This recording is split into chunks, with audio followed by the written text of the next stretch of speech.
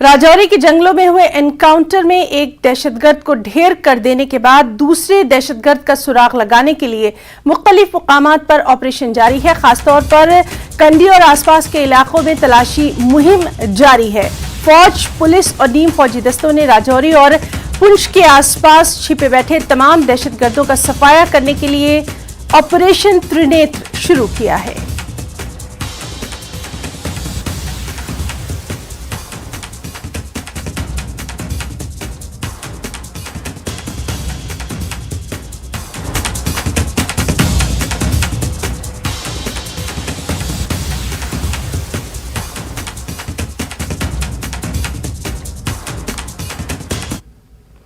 Rajouri encounter में शहीद कांगड़ा के सूरी गांव के अरविंद कुमार की आखिरी रस्मात अंजाम दी गई। जब शहीद बेटे का जिस्तिखाकी आबाई गांव पहुंचा तो पूरा गांव उनके आखिरी दर्शन के लिए जमा हो गया। शहीद अरविंद कुमार के पसमानदगान में 2 बेटियां, अहलिया, बुजुर्ग वालिदैन, बड़ा भाई और छोटी बहन शामिल हैं।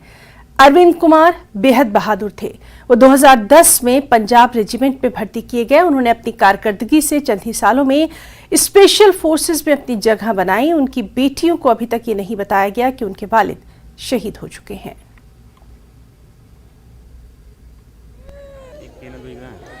आज जो जम्मू एंड कश्मीर की हालत है, दिन प्रतिदिन जो है वो बिगड़ती जा रही है और उसमें बहुत से हमारे वो मिलिट्री में जो हमारे नौजवान बाहर इस देश की सेवा कर रहे हैं, उसमें काफ़ी लोग हताहत हुए हैं और इस ट्रेजेडी में भी 5 लोग जो हैं वो शहीद हुए।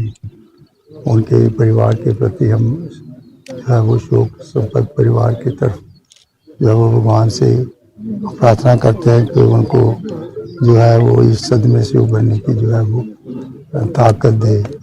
परंतु जिस तरह से जम्मू एंड कश्मीर की हालत जो है वो वर्तमान परिस्थितियों में बिगड़ी है, इसके लिए सरकार को बड़ी गंभीरता से उसको देखना चाहिए।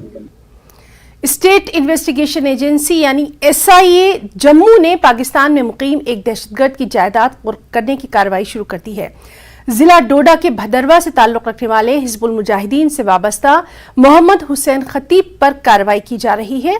SIA ने खतीब की प्रॉपर्टी को अटैच करने के लिए बाज़ाब्ता ऐलान कर दिया है। मोहम्मद हुसैन खतीब फिलहाल पाकिस्तान में है।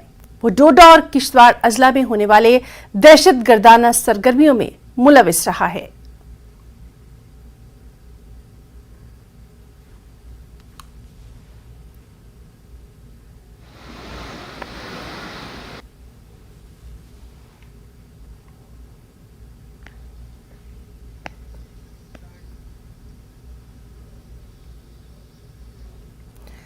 पाकिस्तान में किसी पर भी तौहीन